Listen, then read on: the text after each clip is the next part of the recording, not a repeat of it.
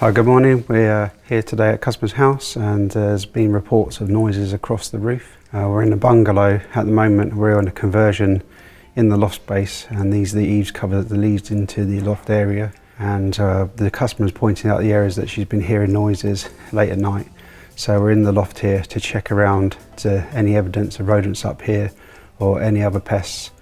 And then we're going to go through the house, checking the toilets areas, under the kitchen areas, any utility rooms, any cubby holes, and any dry stores, anything inside the house first.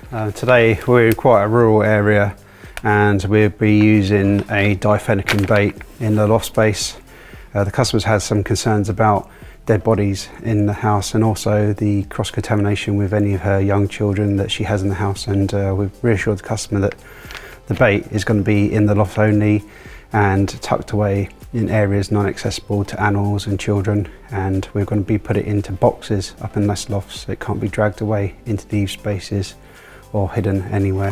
Whatever product I use, I read the instructions on the label and then we have to stick to the label by law. So we're using difenicum and the sachets are 10 grams each, and then it states up here for mice indoors we can use up to 40 grams or 4 sachets for a low infestation every 2 meters.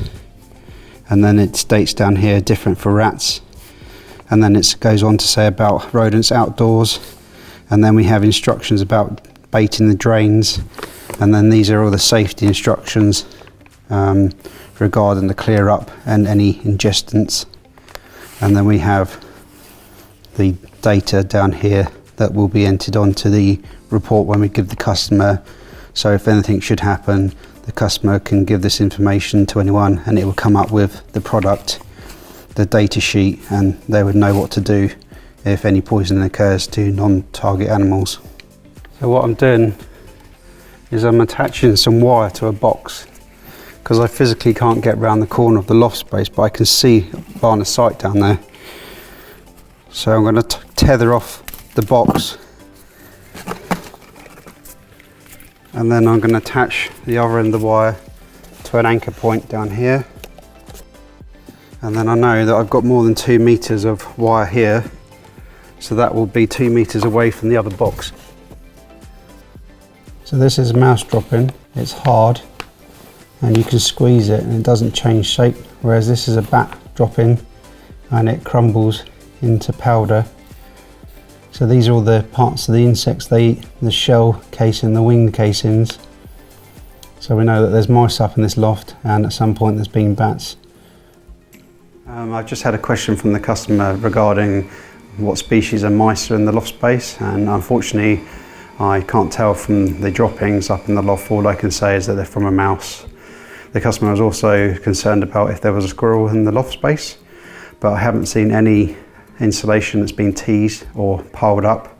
There's no large droppings up there, and squirrels have a big footprint and I can't see any of those, and also they have a musky smell to them, and none of those key pointers are in the loft space, so I can assure the customer there's no squirrels active up in the loft. But I can see where the pipes for the sink come down the back of the unit and then they disappear underneath the chipboard floor, which is under this one. So this would be a good point to put some bait.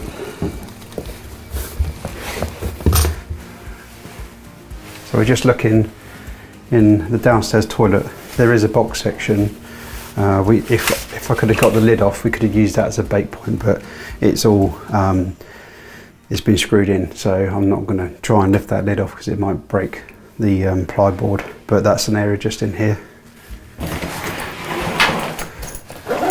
So we've got utility room, we've got a sink, we've got a wash machine here, so there's definitely going to be a pipe run from here through that box section next door we saw into the kitchen, and possibly this is a route around the house for the mouse. The pipes will be warm as well, so this will be a nice place if the mouse wanted to hide in this back section here. Unfortunately I can't get through to the kickboards, but there is a space down the back of the cupboard here, so I'm going to tether a box and place it down the back of the cupboard.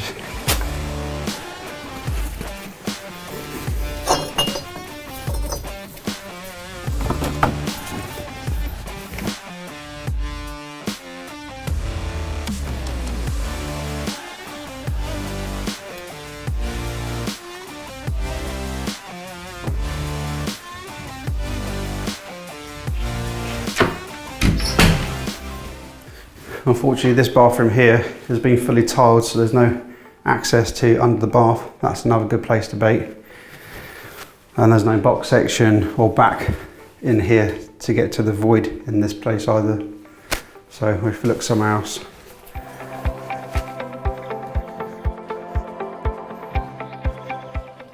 So the customer has reported that she's had rodents around and in the shed. And then she said there are some burrows underneath the fence line. And on first opening the door, it smells very musky, like urine from the rodents. So I'm going to investigate inside. So we've had a look around the shed, and inside this old watering can, we can see lots of mice droppings. So we can confirm to the customer that the rodents she's had in the shed are definitely not rats, and they're mice. And it looks like the mice have been here for a while.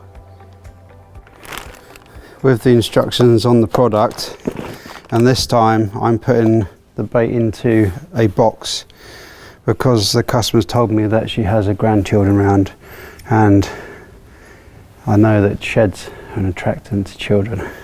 So we're going to make sure the bait's safe inside the shed.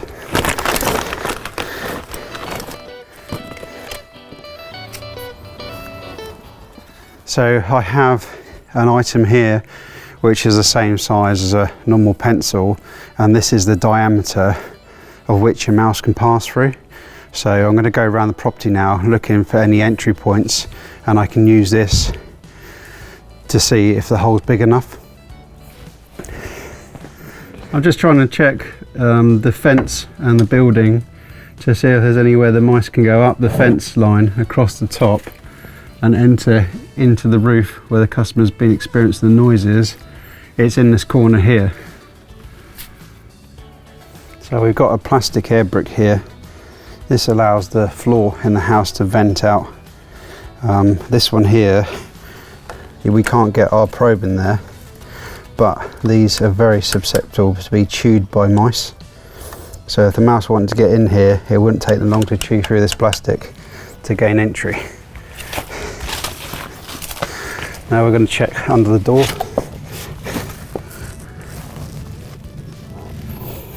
So again, with our probe we can go and see if we can get our probe underneath the door or around the sides of the door or anywhere between the brick and the door itself. That's what we're looking for. We're looking for holes underneath these units. So this is an electrical unit of sockets, and sometimes they drill a hole underneath for the wire to come through. So we're looking under here, see if there's any holes. And this is the reason why you look underneath the windows, is because you have plants that can go up here. So if there was a hole under here, the mice can just go up the plant and then into the house, the cavity there. We've got some old terracotta brick air vents here, and as you can see, even with a thicker end, I can get that straight through those air bricks, and they go underneath the house and straight into the kitchen. So this is behind the kitchen unit. This is the waste pipe. This has been sealed quite well, this one, so there's no need to do anything around here, but we definitely need to cover up these air vents. So we're going to check the drains of the property.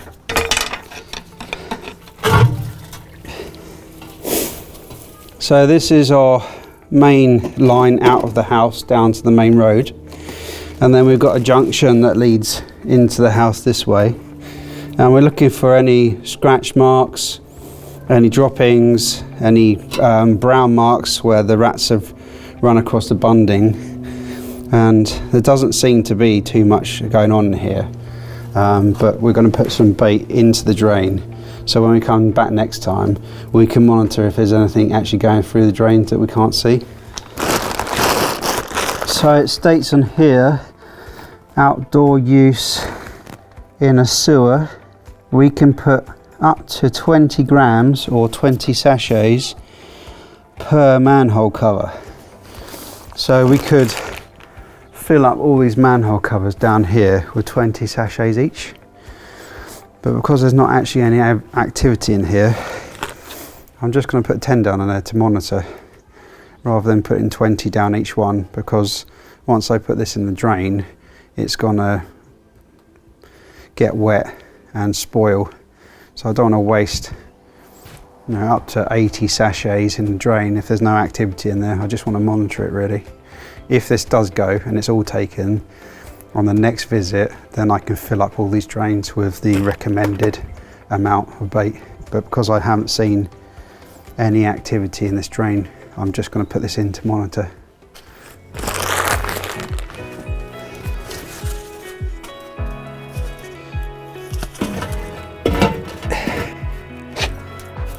So we're going around the external area of the property, and these are the areas that in the summer this would be humming with bees because of all the flowers and plants, and you wouldn't be able to see the exterior wall. So that's why it's a good idea to have a rummage round. So the customer this year has experienced a problem with wasps going into the air brick, and as you can see down here, this is where the wasp nest was and was being treated low level. So you wouldn't necessarily, if you're walking up the garden path, know that there's a wasp nest here, and that's why it can become dangerous, and they could come out and see you as a threat and come out the air brick, and you know, a postman or something coming up the garden, or a gardener with a leaf blower. Hi, can we go next door now? Is that okay? Yes, sure. Let me put my shoes on. Fantastic. So we've gained access to the neighbouring property, asking permission first, so we can come see our customer's wall is here, and then we've got, this is the corner again that the customer was hearing noises. So we do have this fence line is very close to the roof area, so we have these creeping plants up here, up to this soffit area, and then we're checking along the wall here for any gaps along the brickwork. So we've got a high level air brick up here, ideal for wasps, bees or moth. And then we've got two low level air bricks, one here, one here. Interestingly, they don't have any cobwebs in them. Whereas usually an area like this would have cobwebs around it. And there's also a slight divot underneath the fence this side, so it might be that they're running along this wall, disappearing in here and then going up into the loft this way, because they're quite a big air brick. So we would recommend attaching stainless steel mesh over the top of the air brick, using mesh because then the floor can vent and the water vapor can come out, and the stainless steel because the water vapor would rust any mild steel, and then any rodents can't get in this way. Wasps can't get in, slugs can't get in, and then even a queen ant can't get in and make a nest underneath the floor of the property. So we have on the corner of the roof, again where the customer pointed out internally whether she heard noises at night, there looks to be a tile that's moved or slipped, and you can see clearly there's a gap up under there. Again, we can't see any cobwebs, and if you can see the uniformed effect on the roof, there's no lichen or moss under that part there, so it could well be that a mouse may have gone up through there, or because we found the bat droppings in the loft space, it may also be accessed by bats coming to roost. They would go down and crawl up into the holes like that, and bats are the same as mice. They have their external claws on their feet and their wings, so when they're crawling up into the void, you will hear the same sort of scratching as they go up. So when we're looking around the property, this is what we're looking for as well. The shrubbery going up to the soffit area, and this is fully protected from any predator seeing a rodent go up and down.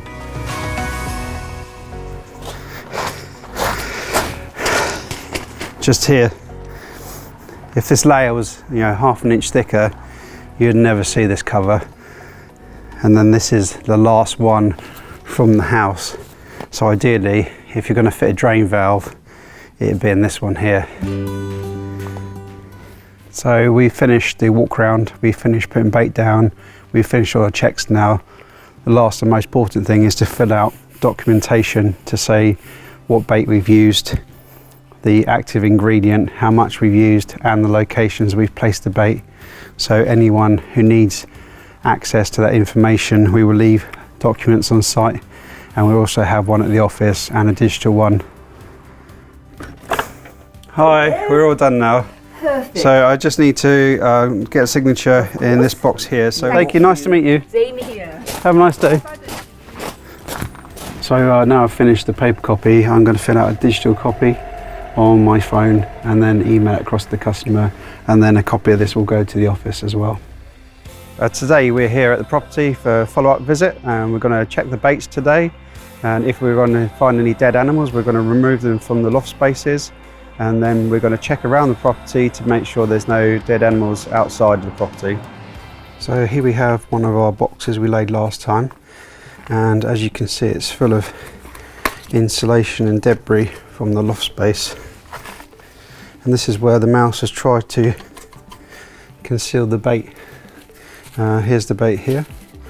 On this occasion there's not actually any bait take in this box, but we have we've got a tiny bit on this side, remembering that mice eat frequently a small amount in a large amount of space in different locations, so this small amount here will add up to the boxes that we've laid throughout the loft, so we check those now. This is the second box I've checked, and I would say about a third of this bait sachet has been taken. Half this bait sachet has been taken, and well, a tiny little bit of this one. So that's a good bait take. So I'm going to count these up, and the amount there is about 3. And so I'm going to put that back into this box. If there's any more bait take than that, I would have replaced the sachets, but I don't see I need to on this visit. Just having a look around now for any dead bodies. I've been around the whole loft space now and check every place we put down last time, and in the boxes there's at least half of one sachet being taken throughout the loft space. So that's that amount of boxes we put down, and then half a sachet, so the rodent has had plenty of bait, and the lady has told us that she hasn't heard any more noise, so I think we've solved the problem for her.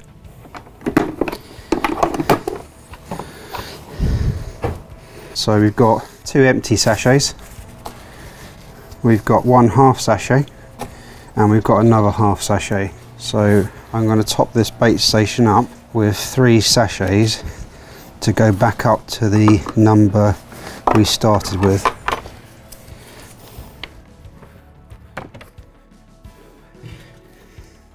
Today we come back to check the drains, and we can see that no bait has been taken from the drains on this visit. And last time we saw there was a hole on the corner of this roof here, and I'm just going to go and inspect whether it's a slip tile or if it is a factor hole, and we can have a look in the gutter to see if there's mouse droppings up there or any scratch or gnaw marks. So I'm just doing a video, so when I come down I can go through what I've seen with the customer. So this one hasn't been touched at all, so that would mean that the mouse hasn't been into the kitchen area. Nothing's been touched in this box. So today we found bait take in the shed, we've replaced the bait in the box, we found bait take in the loft, and we've looked round for any dead rodents, and then we've looked down in the utility room and the kitchen, and there wasn't any bait take in these areas. Today we're here for the final visit, and today we are going to be looking round where we laid all the bait before, taking all the boxes away, clearing up any spilt bait, still searching for any bodies, and then we're going to have a good search around the outside of the property as well. The last visit we came, the boxes were full of material where the mouse had tried to hide the bait. So on this visit there wasn't any material in the boxes, so the mouse hasn't even been up here. So today we're here to do the last visit, and we're going by the label on the product we used, which states that we have to check it every 35 days, and this is going to be our last visit, so we need to clear away all the bait, bait which can be used again, I'm going to place in this box and use it on another site. Any bait that has been taken and is at a state that we can't use again, I'll bag up and then take it away with me, and then that would be dealt with by a professional waste management company that we use. Hasn't been touched. Hasn't been touched. So this is the bait we placed last time. There is some bait take, but I don't know if you can see there, these are snail droppings. So the snails have been eating the bait. Here we see the bait we placed on the first visit in the drain, and it hasn't been touched at all. So we placed some bait inside of this gas meter box because there's a hole that comes up here through the pipe, and as you can see, the bait hasn't been touched at all inside this box.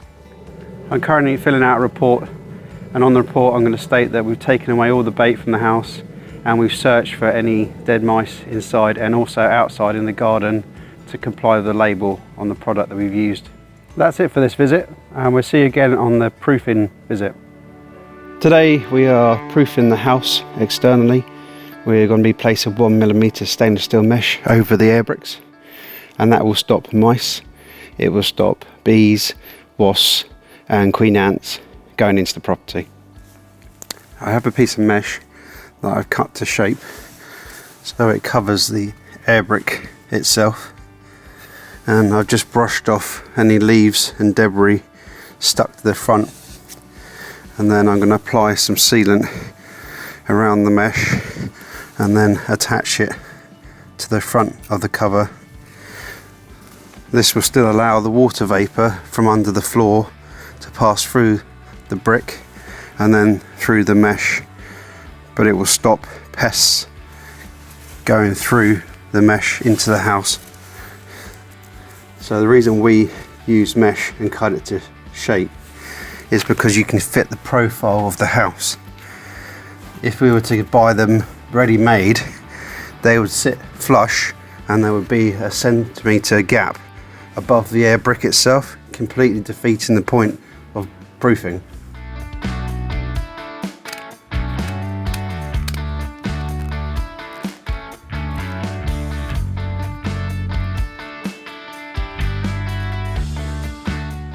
So we have a consumer unit here.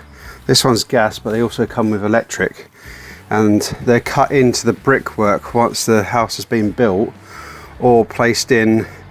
And what can happen is where the bricks line up to the inside of the casing, there's a gap behind here we can't see, and there's a good 3 centimeters here that a mouse can get up through around the pipes and then can go round this unit, finding the weakness where the bricks don't meet the box, and they can go in, or they can go up into this box, and then where the pipes go through the box into the cavity, they can go through that way as well. So today I'm going to be using the stainless steel mesh to block the underside so they can't go up, and then that will stop them going round and finding the weak bit.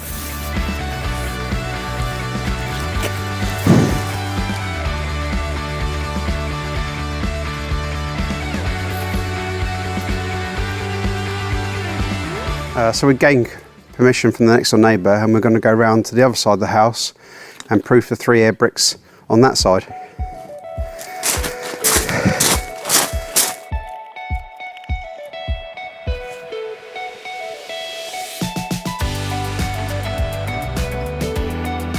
I'm just going up the ladder now.